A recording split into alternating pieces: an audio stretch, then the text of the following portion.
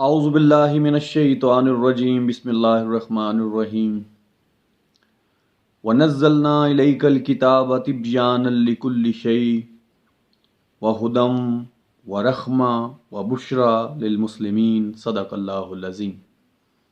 اللہم صلی علی محمد وعلی آل محمد رب اشرح لی صدری ویسر لی امری واحلل عقدۃ من لسانی یفقہوا قولی آمین۔ السلام علیکم ورحمۃ اللہ وبرکاتہ۔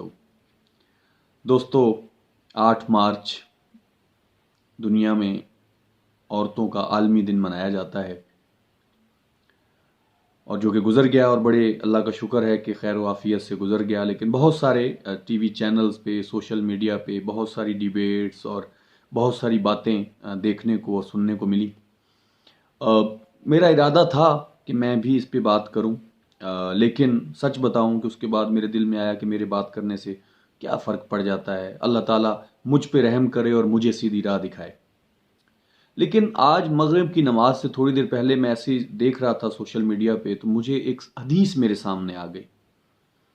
وہ حدیث پڑھنے کے بعد مجھے ریئلائز ہوا کہ امر بالمعروف اور نہی عن المنکر بہت اہم ہے۔ اس حدیث کے بعد دوبارہ اللہ نے میرا دل بدلا، اور میں آپ کے سامنے ہوں اور میں اس پہ آج بات کرنا چاہوں گا۔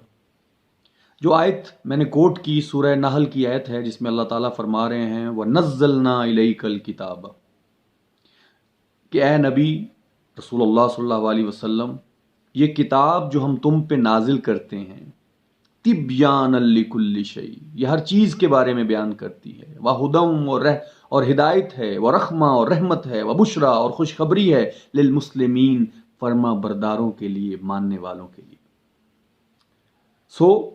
اگر یہ کتاب ہر چیز کے بارے میں بتاتی ہے، تو آج جو دنیا میں ہو رہا ہے، یہ بات میں اکثر کرتا بھی ہوں، اس آیت کو میں اکثر کوٹ کرتا ہوں، یہ جو فیمینزم ریولوشن ہے، یہ جو آزادی مارچ ہو رہے ہیں، یہ دنیا کے اندر جو ساتھ نظام چل رہا ہے، کیا اس کے بارے میں قرآن مجید نہیں بتاتا ہوگا؟ عورت کے حقوق کیا ہیں کہ قرآن مجید نہیں بتاتا ہوگا؟ مرد کے اوپر اللہ تعالیٰ نے کیا ذمہ داری ڈالی ہے کہ قرآن مجید نہیں بتاتا ہوگا؟ بالکل بتاتا ہے، لیکن ہم قرآن مجید کو کھولنے کے لیے تیار ہی نہیں ہیں۔ ہمارے ایجنڈے کچھ اور ہو گئے ہیں۔ آج انشاءاللہ ویڈیو اگر لمبی بھی ہو، اگر تو آپ چاہتے ہیں کہ اللہ تعالیٰ آپ کے علم میں اضافہ کرے، اللہ تعالیٰ آپ پہ رحم کرے، تو اس ویڈیو کو دیکھیے گا، کیونکہ آج اللہ کی کتاب بولے گی اور اللہ کا پاک پیغمبر بولے گا۔ میں صرف الفاظ ان کے آپ تک پہنچاؤں گا، باقی آپ لوگوں کی مرضی ہے، فیصلہ آپ لوگوں نے خود کرنا ہے کہ حق کیا ہے، سچ کیا ہے۔ رسول اللہ صلی اللہ علیہ وسلم کے بارے میں قرآن مجید میں سورہ انبیاء میں اللہ فرماتے ہیں وَمَا أَرْسَلْنَاكَ إِلَّا رَحْمَةً لِّلْعَالَمِينَ، اللہ فرما رہے ہیں کہ اے نبی، ہم نے تم کو رحمت بنا کر بھیجا ہے، عالم کے لیے، عالمین کے لیے رحمت بنا کر بھیجا ہے۔ وہ رحمت کس کانٹیکسٹ میں اللہ بیان کر رہے ہیں؟ قرآن مجید کے اور بھی بعض مقامات پہ ہم اگر اسٹڈی کرتے ہیں تو ہمیں پتہ چلتا ہے کہ حق بات، سچ بات پہنچا دینا بھی میرے اللہ کی رحمت ہے۔ اور رسول اللہ صلی اللہ علیہ وسلم کو پوری بنی نوع انسان کے لیے اللہ تعالیٰ نے رسول بنا کر بھیجا، اور ان کو ایک ایسی کتاب دے دی جو کہ اللہ تعالیٰ خود اس کی ذمہ داری لے رہے ہیں کہ اس کو میں پروٹیکٹ کر دیا ہے میں نے، اور رسول اللہ صلی اللہ علیہ وآلہ وسلم کی زندگی کو ہمارے لیے نمونہ بنا دیا ہے۔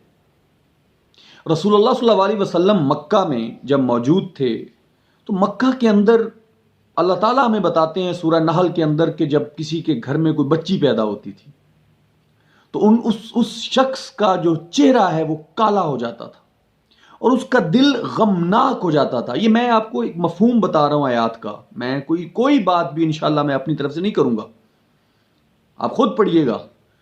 سورہ نحل میں اللہ تعالیٰ فرما رہے ہیں کہ جب ان کے ہاں کوئی بچی پیدا ہوتی تو ان کے چہرے کا رنگ کالا ہو جاتا اور ان کے دل غمناک ہو جاتے، اور اس خبر سے، اس بری خبر سے، ان کے لیے یہ بری خبر تھی، اس بری خبر سے وہ منہ چھپاتا پھرتا، اور وہ سوچتا پھرتا کہ میں کیا کروں، آیا کہ اس ذلت کے ساتھ میں زندگی جیوں اور اس بچی کو جینے دوں یا اس کو زندہ زمین میں گاڑ دوں؟ کیونکہ جو شخص زمین میں زندہ بچی کو گاڑ دیتا تھا اس کو سمجھتے تھے کہ یہ مرد آدمی ہے، لیکن کیونکہ میرے نبی کو اللہ تعالیٰ نے رحمت بنا کر بھیجا ہے، رسول اللہ صلی اللہ علیہ وسلم جب ان کو اللہ تعالیٰ نے نبوت سے نوازا، جب ان پہ اللہ تعالیٰ نے قرآن مجید کا نزول کیا، تو پھر اللہ نے ان کو بتایا کہ عورت کا مقام کیا ہے۔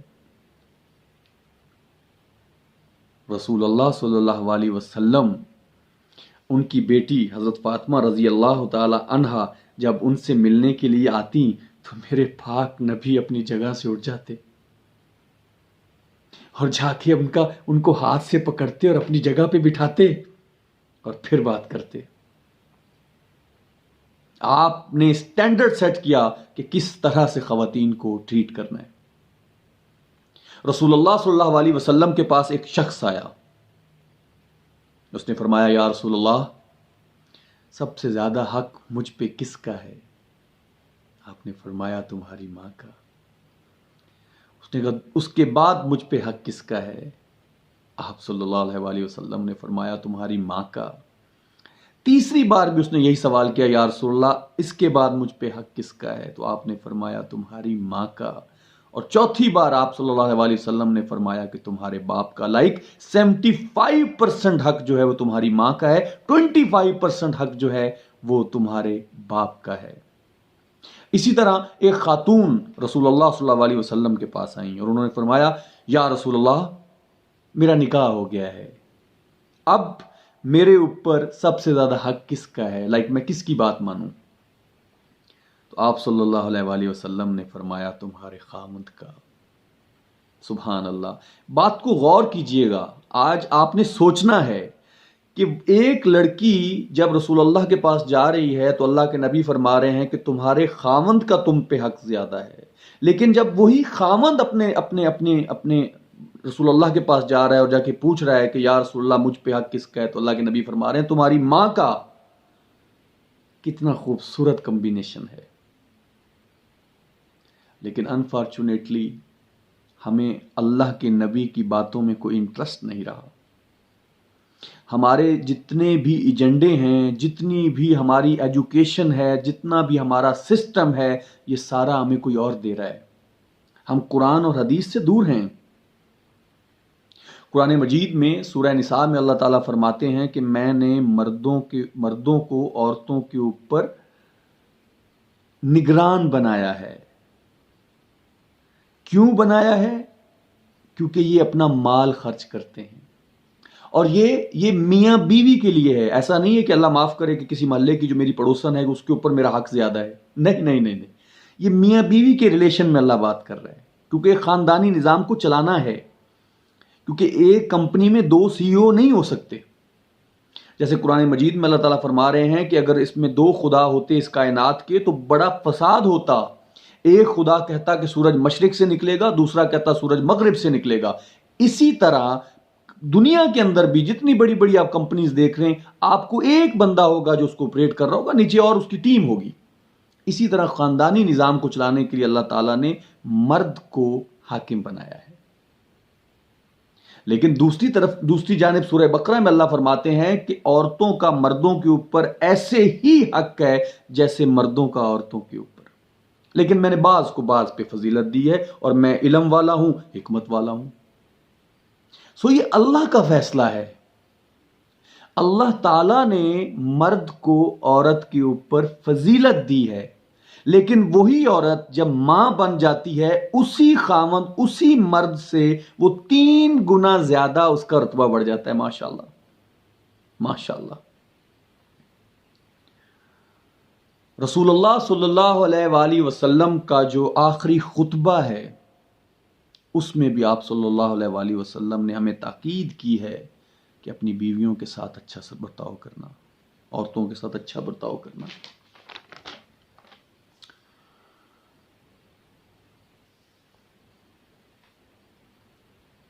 اس کے بعد یہ تو میں نے آپ کو انٹروڈکشن کروا دیا کہ اسلام جو ہے حضور صلی اللہ علیہ وسلم کی زندگی سے ہمیں عورت کے بارے میں کیا ملتا ہے، قرآن مجید اس کے بارے میں کیا کہتا ہے۔ اب ہم بات کریں گے آج کل جو اصل ایجنڈا ہے پوری دنیا کا، کیونکہ میں سارے یہ یونائٹڈ نیشنز اور یہ بڑی بڑی جو آرگنائزیشنز ہیں دنیا کی، ان کی ٹویٹ کو بھی فالو کر رہا ہوتا ہوں، تو ان سے مجھے پتہ چلتا ہے کہ جی وہ ان کا ایجنڈا ہے جینڈر ایکویلٹی، کہ سب برابر ہیں. جیسے میں نے آپ کو فرمایا، اللہ تعالیٰ قرآن مجید میں فرما رہا ہے کہ مردوں کو میں نے فوقیت دی ہے، اور مرد اللہ پیدا کرتا ہے. میری اس میں کیا کمال ہے کہ میں مرد پیدا ہوں؟ الحمدللہ میری ماں بھی ہے، میری بہن بھی ہے، میری بیوی بھی ہے، اور ماشاءاللہ میری بیٹی بھی ہے. یہ سارے رشتے اللہ تعالیٰ نے مجھے اس دنیا میں دکھائے ہیں، اور الحمدللہ ہر رشتے کی، ہر عورت کی اپنی اپنی جگہ پہ ایک عزت ہے، ایک مقام ہے. جینڈر ایکویلٹی، سورہ نمل میں اللہ تعالیٰ ہمیں ایک قصہ سنا رہے ہیں. اللہ تعالیٰ فرماتے ہیں کہ سلیمان علیہ السلام نے جب اپنے لشکر کو حاضر کیا تو اس نے دیکھا کہ اس میں ہدہد نہیں ہے. آپ سلیمان علیہ السلام نے کہا کہ ہدہد کہاں غائب ہو گیا؟ اگر آج یہ میرے پاس کوئی سالڈ ریزن لے کر نہیں آئے گا تو میں اس کو سزا دوں گا یا پھر اس کو میں ذبح کر دوں گا. اور اللہ فرماتے ہیں کہ تھوڑی ہی دیر بعد ہدہد آ گیا. ہدہد ایک پرندے کو کہتے ہیں، آپ گوگل بھی کر سکتے ہیں. جب وہ آ گیا تو اس نے آتے ہی اس کو پتا تھا کہ سلیمان علیہ السلام غصے میں ہوں گے، اور سلیمان علیہ السلام کیا کہہ رہے ہیں کہ اگر یہ میرے پاس کوئی سالڈ ریزن نہیں لایا غائب ہونے کی تو میں اس کو ذبح کر دوں گا. تو اس نے آتے ہی کہا کہ آقا میں ایک ایسی نیوز لایا ہوں، ایک ایسی خبر لایا ہوں کہ جو آپ نے پہلے کبھی نہیں سنی ہوگی. یہ سورہ نمل کی بات کر رہا ہوں. ہدہد کہتا ہے کہ میں نے ایک ایسی قوم کو پایا ہے، میں نے ایک ایسی قوم کو دیکھا ہے جس کی بادشاہ عورت ہے. سوچیں کہ وہ ایسی نیوز دے رہا ہے جو کہ سلیمان علیہ السلام نے کبھی نہیں سنی پہلے. آدم علیہ السلام سے لے کے سلیمان علیہ السلام تک پہلے یہ نیوز کسی نے نہیں سنی تھی کہ ہدہد کہہ رہا ہے کہ ایک قوم میں نے دیکھی ہے کہ جس کی بادشاہ ایک عورت ہے، اور اس کے پاس ہر چیز میسر ہے، اور اس کا جو تخت ہے اس کو عرش کا نام دیا اللہ تعالیٰ نے قرآن مجید کے اندر کہ اس کا عرش عظیم ہے، اس کا تخت بہت بڑا ہے. امپلیکیشن اس بات کی کیا ہے؟ اللہ ہمیں یہاں پہ سکھا رہا ہے، بتا رہا ہے کہ عورت بادشاہ ایک بڑی خبر تھی سلیمان علیہ السلام کے لیے. اس کے بعد اللہ فرماتے ہیں کہ سلیمان علیہ السلام نے ان کو خط لکھا اور ان سے کہا کہ تم لوگ اس بادشاہ کو، بلقیس کو، اس کو خط لکھا کہ تم سرنڈر کر دو. جب وہ خط پہنچا تو بلقیس نے جب وہ خط پڑھا تو بلقیس نے اپنے جو سردار تھے اپنے دربار کے، ان کو بلایا اور ان کو کہا کہ مجھے خط ملا ہے جس کے سب سے پہلے لکھا ہوا ہے بسم اللہ الرحمن الرحیم، وہ سلیمان بادشاہ نے بھیجا ہے. تو اس کی قوم نے کہا کہ ہم بڑے لڑاکا ہیں، ہم بڑے جنگجو ہیں، ہم بڑے ٹرینڈ ہیں، باقی فیصلہ جو آپ کا دل کا چاہے ہم کریں گے. تو اس خاتون نے کہا کہ جب میں ایسا کام کرتی ہوں کہ میں کچھ تحفے طائف بھیجتی ہوں، ان کے ساتھ ایک ریلیشن بنانے کی میں کوشش کرتی ہوں. تو اس نے وہ طائف بھیجے. جب وہ سلیمان علیہ السلام کے دربار میں قاصد لے کے پہنچا تو سلیمان علیہ السلام کے الفاظ اللہ نے کوٹ کیے ہیں. سلیمان علیہ السلام نے فرمایا کہ مجھے یہ چیزیں نہیں چاہیے، مجھے جو میرے رب نے دیا ہے وہ اس سے بہتر ہے. تم لوگ میری بات مانتے ہو یا پھر میں تم لوگوں کے اوپر چڑھائی کروں. جبکہ قرآن مجید میں اللہ بتا رہا ہے کہ سلیمان علیہ السلام اللہ کے نیک بندے ہیں. anyway، اس کے بعد سلیمان علیہ السلام ان کا تخت منگواتے ہیں. تخت آنے کے بعد جب یہ خبر قاصد لے کے واپس جاتا ہے تو بلقیس وہاں سے اپنا قافلہ لے کے روانہ ہو جاتی ہے یروشلم کے لیے. یہ قوم سبا کا قصہ ہے، یمن کی بات ہو رہی ہے. جب وہ آئیں، جب وہ دربار میں آئیں تو ان کا تخت دکھایا گیا. اور ان سے کہا کہ اگر یہ دیکھیں ایسا تخت تو آپ کا بھی ہے، تو اس نے کہا یہ تو ہو بہو میرا ہی تخت ہے۔ لیکن اس سے اگلی ایک بات بڑی امپورٹنٹ ہے، اللہ فرماتے ہیں کہ پھر اس کو محل میں داخل کیا گیا۔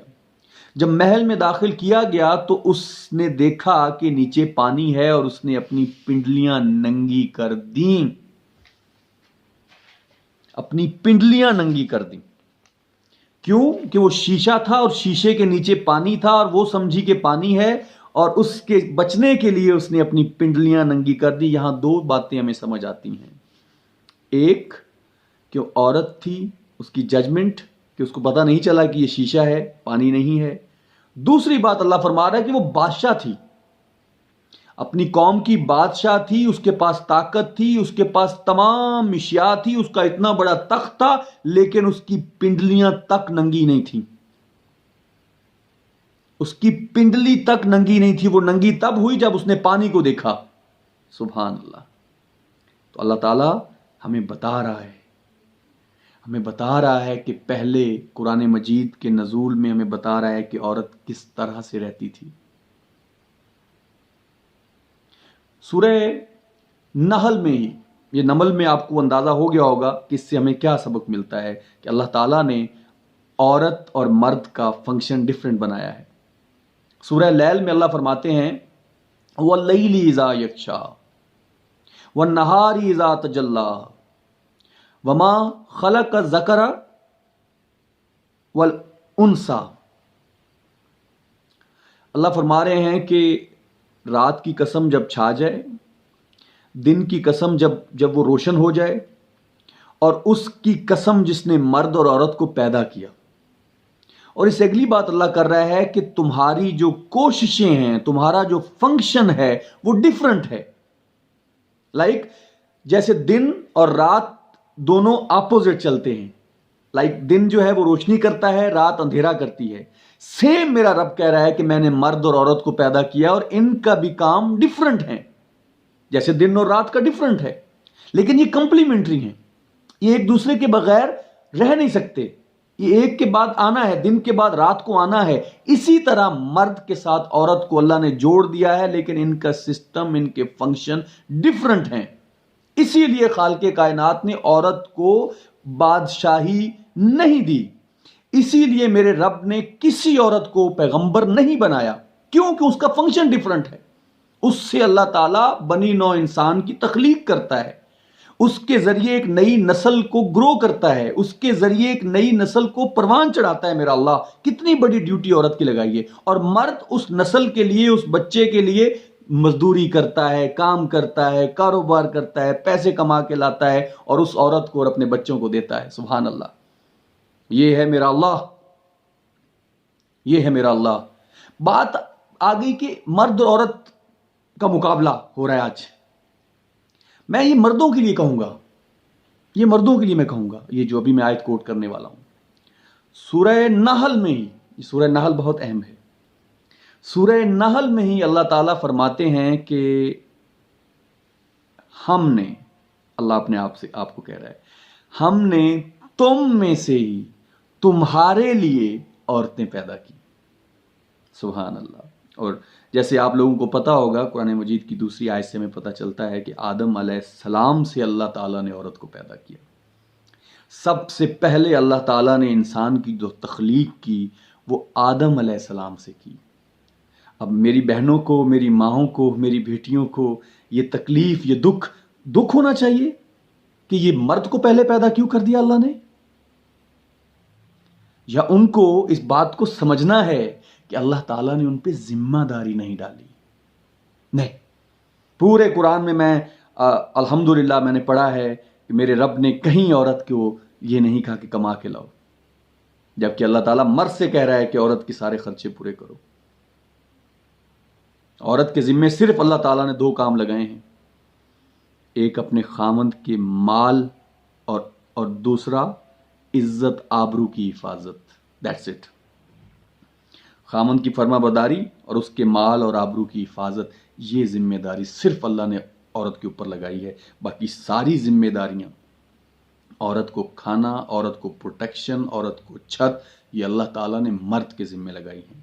تو میں سورہ نحل کی بات کر رہا تھا. اللہ تعالیٰ فرما رہے ہیں کہ ہم نے تم میں سے ہی تمہارے لیے عورتیں پیدا کی اور تم ان عورتوں سے بیٹے اور پوتے لیتے ہو. سبحان اللہ. اور میں نے تمہارے لیے پاک کھانا تمہیں عطا کیا، رزق دیا پاک جس کو تم کھاتے ہو.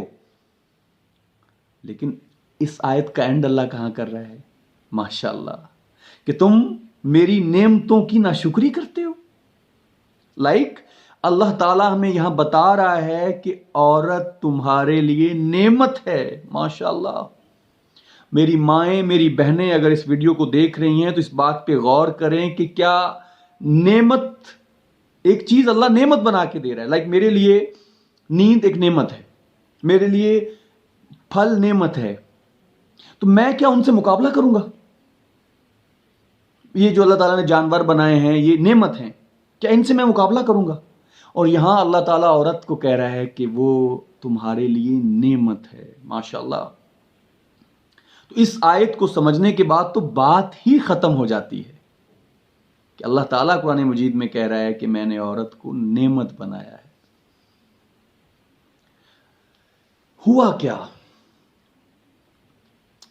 یہ جو اتنے ایشوز ہمیں سمجھ میں آ رہے ہیں، آج ہم دیکھ رہے ہیں جو ہو رہا ہے، یہ ایکچولی ہوا کیا؟ سورہ نور میں اللہ تعالیٰ عورت اور مردوں کے پردے کے بارے میں ہمیں بتاتے ہیں. اللہ فرماتے ہیں کہ مرد، جو مومن مرد ہیں، وہ جب کہیں ملنا ہو مردوں عورتوں کو، تو اللہ فرما رہے ہیں کہ مردوں کو چاہیے کہ اپنی آنکھوں کو نیچا رکھیں اور اپنی شرم گاہوں کی حفاظت کریں. سیم بات اللہ تعالیٰ عورتوں سے کہہ رہے ہیں کہ مومن عورتوں کو بھی چاہیے کہ اپنی آنکھوں کی، اپنی نگاہوں کی حفاظت کریں اور اپنی شرمگاہوں کی حفاظت کریں. لیکن اس کے ساتھ دو باتیں اللہ تعالیٰ عورتوں کو اور بھی بیان کر رہے ہیں. اللہ فرما رہے ہیں کہ تمہارا سینہ بھی تمہاری شرمگاہ ہے، اس پہ چادریں اوڑھ لیا کرو. ماشاء اللہ. اس پہ چادر اوڑھ لیا کرو. اور جب تم نے ہار سنگار کیا ہو، جب تم بنی ہوئی ہو، تو جو محرم رشتے ہیں ان کے علاوہ کسی کے سامنے نہ جایا کرو. یہ قرآن کہہ رہا ہے، یہ میرا اللہ کہہ رہا ہے سورہ نور کے اندر، اور یہی پردہ ہے. ایک سورہ احزاب میں بھی ہے، لیکن وہ انشاءاللہ اگر پھر کبھی ٹائم ہوا تو اس پہ بھی ہم بات کریں گے. لیکن ایکچولی جو اللہ تعالیٰ جو پردہ کہہ رہا ہے وہ سورہ نور کی یہ آیات ہیں جو میں نے آپ کو بیان کی ہیں. پہلے ہم نے ڈسکس کیا عورت کا مقام، پھر ہم نے ڈسکس کیا عورت کی بادشاہی، اور اب ہم نے ڈریسنگ اور اس کا پردہ ڈسکس کیا. چوتھی اب بات جو میں آپ کو بتانے جا رہا ہوں یہ بڑی سمجھنے والی بات ہے. رسول اللہ صلی اللہ علیہ وسلم نے فرمایا کہ دجال، مسیح الدجال کے لیے جو لاسٹ پیپل اپنے گھروں سے نکلیں گے وہ خواتین ہوں گی. یس. اور آپ لوگ اپنی آنکھوں سے دیکھ سکتے ہیں کہ پچھلے 110-12 سالوں سے آپ دیکھ رہے ہیں کہ یہ فیمینزم ریولوشن کتنی تیزی سے بڑھ رہا ہے. اور پوری دنیا کی جو بڑی بڑی طاقتیں ہیں، United nation, IMF، world bank, یہ سارے ان کا ایک ہی مقصد ہے کہ ہر فیلڈ میں عورتوں کو ہونا چاہیے. لیکن آپ کہیں گے کہ یہ دجال کا عورتوں سے کیا لنک ہے؟ ہو از دجال؟ دجال تو ابھی آیا ہی نہیں، آپ یہ سمجھ رہے ہوں گے. تو میں اس ویڈیو کے اینڈ میں یہ بھی تھوڑا سا ڈسکرائب کر دیتا ہوں تاکہ ہو سکتا ہے کہ آپ لوگوں کو سمجھ آ جائے. رسول اللہ صلی اللہ علیہ وآلہ وسلم نے فرمایا کہ آدم علیہ السلام سے لے کے قیامت کے دن تک کوئی ٹیسٹ اینڈ ٹرائل اتنا بڑا نہیں جتنا مسیح الدجال کا.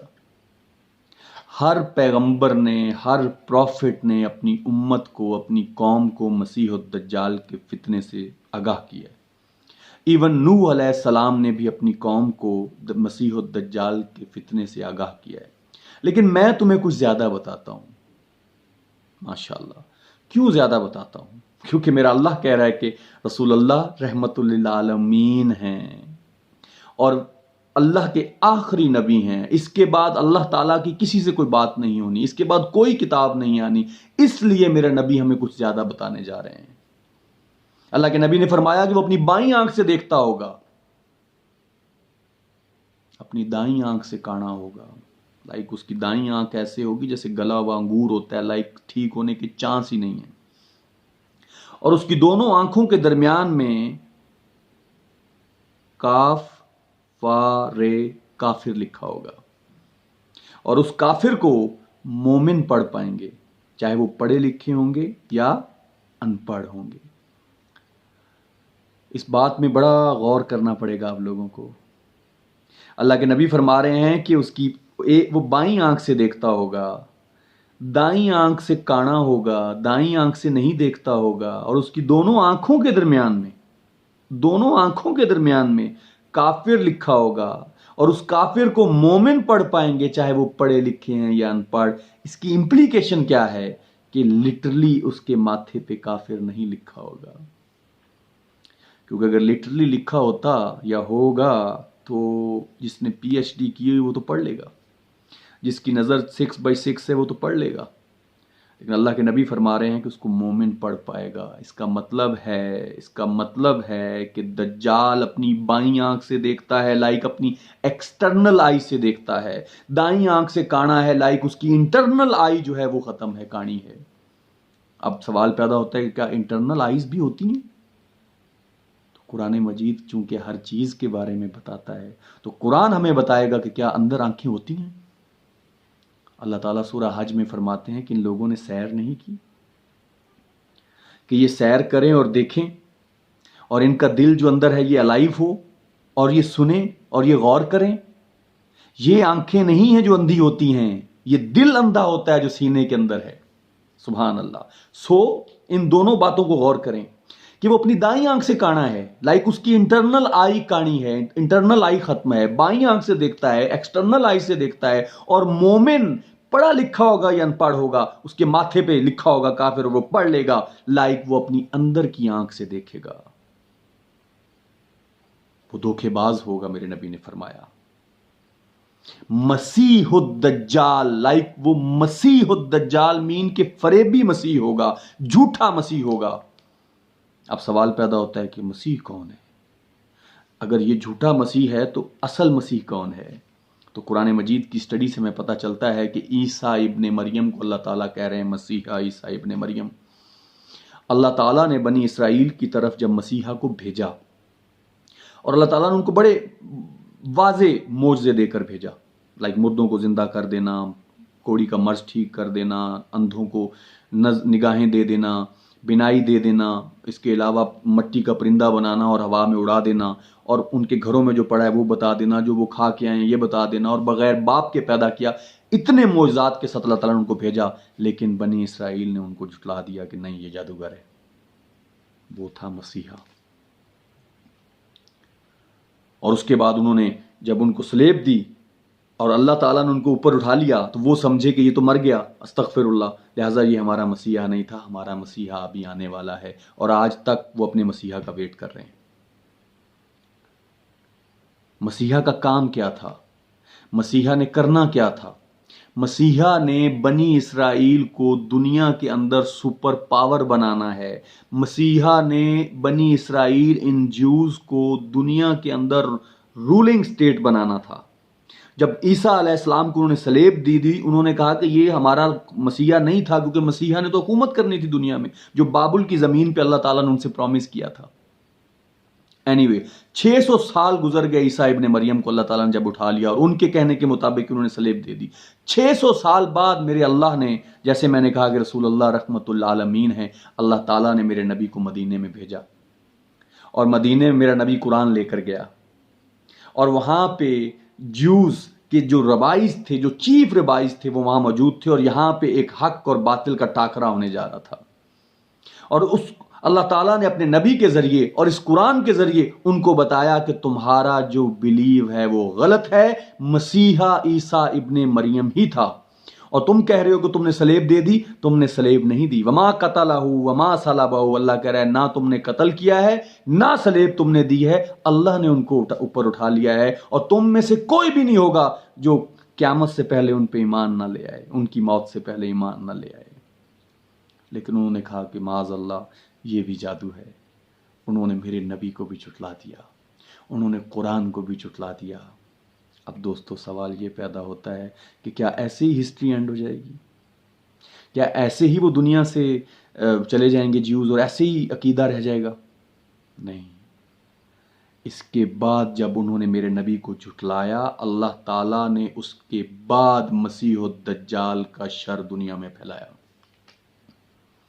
کیونکہ مسیح الدجال کے ذریعے اللہ تعالیٰ اب ان پہ ثابت کرے گا کہ جب جھوٹا مسیح آئے گا اس کے بعد اللہ تعالیٰ سچے مسیحا کو بھیجے گا۔ اب میں جو بات بتانا چاہ رہا ہوں کہ جھوٹا مسیح جو مسیح الدجال ہے اس نے دنیا پہ حکومت کرنی ہے، جب تک وہ دنیا پہ حکومت نہیں کرے گا تب تک بنی اسرائیل یہودی اس پہ ایمان نہیں لائیں گے۔ آپ سوچیں کہ جن لوگوں نے عیسیٰ ابن مریم کے اتنے بڑے بڑے موعظوں کو جھٹلا دیا، وہ کیسے ایک جھوٹے آدمی پہ یقین کر لیں گے؟ اٹ مینز کہ یہ بہت بڑی ڈسپشن ہے، کیونکہ میرے نبی فرما رہے ہیں صلی اللہ علیہ وآلہ وسلم کہ جو رحمت للعالمین ہیں وہ فرما رہے ہیں کہ آدم علیہ السلام سے لے کے قیامت کے دن تک کوئی ٹیسٹ اینڈ ٹرائل، کوئی فتنہ اتنا بڑا نہیں جتنا دجال کا، مسیح الدجال کا، لیکن اس کو مومن پڑھ پائیں گے۔ اور وہ اتنی بڑی ڈسپشن ہے، اللہ کے نبی نے فرمایا کہ اس کا جو ٹھنڈا پانی ہے وہ آگ ہوگا اور اس کی جو آگ ہے وہ ٹھنڈا پانی ہوگا۔ آج آپ کے سامنے جو دنیا کے اندر ہو رہا ہے یہ سب ڈسپشن ہے۔ اسی لیے میرے نبی نے فرمایا کہ مسیح الدجال کے لیے جو آخری لوگ اپنے گھروں سے نکلیں گے وہ عورتیں ہوں گی، کیونکہ عورت کو وہ ٹول بنائے گا۔ آج آپ کے سامنے میری بہنوں کے ساتھ کیا ہو رہا ہے؟ آج عورت کو رائٹس نہیں دیے جا رہے، عورت کو ننگا کر دیا گیا ہے۔ توبہ نعوذ باللہ۔ آج میں دیکھتا ہوں کہ ایک سلائس کا ایڈ ہوتا ہے تو وہ دکھاتے ہیں کہ عورت کے ہونٹوں سے گر رہا ہے۔ آج ایک بائک کا ایڈ ہوتا ہے تو عورت کے بال اڑ رہے ہوتے ہیں۔ ہر کمرشل میں عورت نظر آتی ہے، فیشن شو میں عورت نظر آتی ہے، ہر جگہ پہ عورت نظر آتی ہے۔ یہ تھی ہماری عورت کا تقدس؟ یہ اس کو رائٹ دے گا؟ عورت کا مطلب یہ ہوتا ہے چھپا ہونا، چھپی ہوئی چیز۔ قرآن مجید میں اللہ عورتوں کے بارے میں بات کرتا ہے کہ جنت میں جو مومن لوگ ہوں گے ان کو اللہ تعالیٰ، خواتین وہاں پہ اللہ تعالیٰ ان کے ساتھ ایک کپلز بنائے گا، اور اللہ تعالیٰ کہہ رہا ہے کہ وہ ایسے ہوں گی جیسے آبدار موتی۔ ماشاءاللہ۔ اسی طرح میرے اللہ نے اس دنیا کے اندر بھی عورت کو بڑا رتبہ دیا تھا۔ یہ دجال ہے، یہ مسیح الدجال ہے جو دنیا پہ رول کرنا چاہتا ہے، اسی لیے وہ عورتوں کو استعمال کر رہا ہے اور اس نے ہمیں دھوکہ دیا ہے۔ آج میں دیکھ رہا تھا، میری بہنیں کہہ رہی تھیں آزادی آزادی، ناچ رہی ہیں، قمیضیں اپنی انہوں نے ٹانگی ہوئی ہیں اور وہ کہہ رہی ہیں ہمیں آزادی۔ آزادی تو مل چکی ہے آپ لوگوں کو، لیکن ہم ڈسپشن کا شکار ہو گئے ہیں، ہم دھوکے کا شکار ہو چکے ہیں۔ میں آپ کو بتا رہا ہوں کہ بہت بڑا دھوکہ ہے۔ میرے نبی فرما رہے ہیں کہ اس کا آگ ٹھنڈا پانی ہوگا اور پانی ٹھنڈا آگ ہوگا۔ رسول اللہ صلی اللہ علیہ وسلم نے، اب ایک اور سوال آپ لوگوں کے ذہن میں آئے گا کہ یار دجال تو ابھی ریلیز ہی نہیں ہوا، تو یہ عورتیں اس کے لیے کیسے نکل آئیں؟ تو اس کو بھی سمجھیں۔ رسول اللہ صلی اللہ علیہ وسلم نے فرمایا کہ دجال جب زمین پہ ریلیز ہوگا تو 40 دن 40 ڈیز رہے گا۔ پہلا دن اس کا سال کے برابر، دوسرا دن اس کا مہینے کے برابر، تیسرا دن اس کا ہفتے کے برابر، اور چوتھا دن اس کا تمہارے دنوں کی طرح ہوگا۔ امپلیکیشن کیا ہے اس بات کی کہ چوتھا دن تمہارے دنوں کی طرح ہوگا، چوتھے دن وہ تمہارے سامنے آئے گا، چوتھے دن وہ اس ٹائم آف سپیس میں تمہارے سامنے آئے گا۔ پہلے 3 دن اس کے کہیں اور ہیں، پہلے 3 دن ہی اس کے اصل فتنہ ہے، کیونکہ پہلا دن سال کے برابر وہ ہمارے ٹائم آف سپیس میں نہیں ہے، دوسرا دن مہینے کے برابر وہ ہمارے ٹائم آف سپیس میں نہیں ہے، تیسرا دن ہفتے کے برابر وہ ہمارے ٹائم آف سپیس میں نہیں ہے، چوتھے دن اللہ کے نبی نے کہا کہ تمہارے دنوں کی طرح ہوگا۔ تو اس کا مطلب ہے کہ پہلے 3 دن اس کے سمجھنے ہیں، یہ پہلے 3 دن اس کے خطرناک ہیں، یہ پہلے 3 دن ہی مشکل ہیں۔ چوتھے دن جب وہ ہمارے سامنے آ جائے گا، میں اپنے تمام علماء کرام سے ریکویسٹ کرتا ہوں اس بات پہ غور کریں کہ جب وہ چوتھے دن ہمارے سامنے آ جائے گا تو اس دن تو ہمارے پاس امام مہدی علیہ السلام بھی ہوں گے، وہ بھی ہمیں بتا دیں گے کہ یہ دجال ہے، جھوٹا مسیح ہے، اور وہ کوئی جن نہیں ہوگا، کوئی لمبا چوڑا نہیں ہوگا، وہ ایک عام شخص ہوگا، عام انسان ہوگا، ایک پریسٹ، نیک آدمی ہوگا ان کا، لیکن جو اس کے پہلے 3 دن ہیں وہ 3 دنوں میں اس نے پوری کہانی کرنی ہے، اس نے پہلے 3 دن ہی ڈسیپشن دینی ہے لوگوں کو، دھوکہ دینا ہے اس نے، اور وہ دھوکہ دے رہا ہے۔ آپ دیکھیں 1918 میں بنی اسرائیل کا جو شہر یروشلم آزاد کروایا، مطلب اوٹومن امپائر سے برٹش آرمی نے 1918 میں اس کو آزاد کروایا، 1948 میں یہودیوں کو واپس اپنے ملک لے کے گیا، بنی اسرائیل کو ایک بڑی طاقت بنایا، بڑا ملک بنا دیا، اب وہ ان کو سپر پاور بنانے جا رہا ہے۔ یہ بڑی جنگ آنے والی ہے، اس کے بعد وہ اپیئر ہو جائے گا اپنے 3رے دن میں جب چلا جائے گا۔ تو اس لیے آج یہ جو آپ کو نظر آ رہا ہے، یہ ہماری خواتین جو آگے بڑھ رہی ہیں، ہر فیلڈ میں ان کو آگے لایا جا رہا ہے۔ میں بڑے دنوں سے ان کی ٹویٹ پڑھ رہا ہوں۔ میں کچھ دن پہلے دیکھ رہا تھا کہ دنیا کو سائنس کی ضرورت ہے، اور سائنس کو عورتوں کی ضرورت ہے۔ ہر فیلڈ میں عورتیں چاہیے ان کو۔ پیسوں کے اوپر عورتوں کی تصویریں، مختلف ملکوں کی وزیر اعظم انہوں نے عورتوں بنا دی، کیوں؟ تاکہ ہمارے برین واش ہو جائیں۔ میں عورتوں کی بڑی عزت کرتا ہوں ماشاءاللہ۔ میں نے جیسے کہا کہ میری ماں، میری بہن، میری بیٹی، میری بیوی، اور بھی بہت سارے رشتے ہیں، میری خالہ، میری پھپھو، ماشاءاللہ۔ جیسے میں نے آپ کو بھی حدیث کوٹ کی کہ رسول اللہ صلی اللہ علیہ وسلم نے فرمایا کہ دجال کے لیے جو آخری لوگ اپنے گھروں سے نکلیں گے وہ عورتیں ہوں گی، اور ایک شخص اپنی بیٹی کو، اپنی بیوی کو، اپنی بہن کو، اپنی ماں کو اور اپنی خالہ کو یا پھپھو کو اللہ کے نبی فرما رہے ہیں کہ رسیوں سے باندھ رہا ہوگا کہ یہ دجال کے لیے باہر نہ نکلیں۔ یہ لٹرلی باندھنا نہیں ہے، میننگ اس کا یہ ہے کہ بہت ہی مشکل ہوگا عورت کو روکنا، بہت مشکل ہوگا۔ لہٰذا میں آپ کو سچ بتاؤں، آج ہم اسی ڈسیپشن کا شکار ہو چکے ہیں۔ ہم نے قرآن مجید کو چھوڑ دیا ہے، ہم نے حدیث کو چھوڑ دیا ہے، ہم دجال کے فتنے میں آ چکے ہیں۔ صرف مومن اس کو پڑھ پائیں گے، صرف مومن پڑھ پائیں گے جو اندر کی آنکھ سے دیکھتے ہوں گے، ان آنکھوں سے نہیں، انٹرنل آئی جس کی ہوتی ہوگی۔ رسول اللہ صلی اللہ علیہ وسلم نے فرمایا کہ سورہ کاف جو ہر جمعے کو پڑھے گا وہ دجال کے فتنے سے سیف رہے گا، اللہ اس کو نور عطا کرے گا۔ تو میں آپ کو بتاتا چلوں کہ سورہ کاف میں اللہ تعالیٰ حضرت خضر علیہ السلام اور حضرت موسیٰ علیہ السلام کا ایک جرنی ڈسکرائب کر رہے ہیں، بیان کر رہے ہیں، جس میں اللہ فرما رہے ہیں کہ موسیٰ علیہ السلام جو ہیں وہ ان آنکھوں سے دیکھ رہے ہیں اور خضر علیہ السلام ان آنکھوں سے دیکھ رہے ہیں، اور یہ سورت دجال کے فتنے سے بچاتی ہے۔ لہٰذا آپ لوگ بھی یہی کریں، ہر جمعے کو سورہ کاف پڑھیں، اور ایک دعا جو ہر ویڈیو میں لوگوں کو بتا رہا ہوں کہ دجال کے بچنے سے حضرت عائشہ رضی اللہ تعالیٰ عنہ نے فرمایا کہ اللہ کے نبی نے یہ دعا اپنے صحابہ کو ایسے سکھائی جیسے قرآن سکھاتے ہیں۔ ہر سلام پھیرنے سے پہلے اس دعا کو کریں، چاہے میری بہنیں سن رہی ہیں وہ بھی، اور میرے جو بھائی سن رہے ہیں وہ بھی، پھر آپ کو سمجھ آئے گا کہ ہمارے ساتھ ہو کیا رہا ہے۔ اللہم انی اعوذ بک من عذاب القبر واعوذ بک من عذاب النار واعوذ بک من فتنۃ المحیا والممات واعوذ بک من شر فتنۃ المسیح الدجال، آمین۔ یہ آج کی یہ ویڈیو ماشاءاللہ کافی لمبی ہو گئی، لیکن میں نے بڑی جلدی کچھ چیزیں آپ سے ڈسکس کی ہیں قرآن اور حدیث سے، اور میں نے ان کا مفہوم ہی زیادہ بیان کیا ہے، کیونکہ اگر ہم ایک آیت کو ڈیٹیل میں ڈسکس کرتے تو بہت لمبی ویڈیو ہو جاتی۔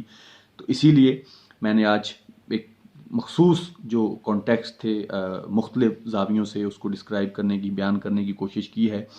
اللہ تعالیٰ ہم سب پہ رحم کرے، اللہ تعالیٰ ہمیں یہ دجال کے فتنے سے محفوظ کرے، اور ہمیں صحیح سمجھ عطا فرمائے، اور صحیح سمجھ انہی لوگوں کو آئے گی جو اندر سے پیور ہو جائیں گے، جو اللہ تعالیٰ کے سامنے اپنے آپ کو سرنڈر کر دیں گے، جو اس بات کو ایکسیپٹ کر لیں گے کہ علم میرے اللہ کی طرف سے آتا ہے، ہدایت میرے اللہ کی طرف سے آتی ہے، نور میرے اللہ کی طرف سے آتا ہے، لہٰذا اللہ سے مدد مانگنی شروع کر دو دوستو۔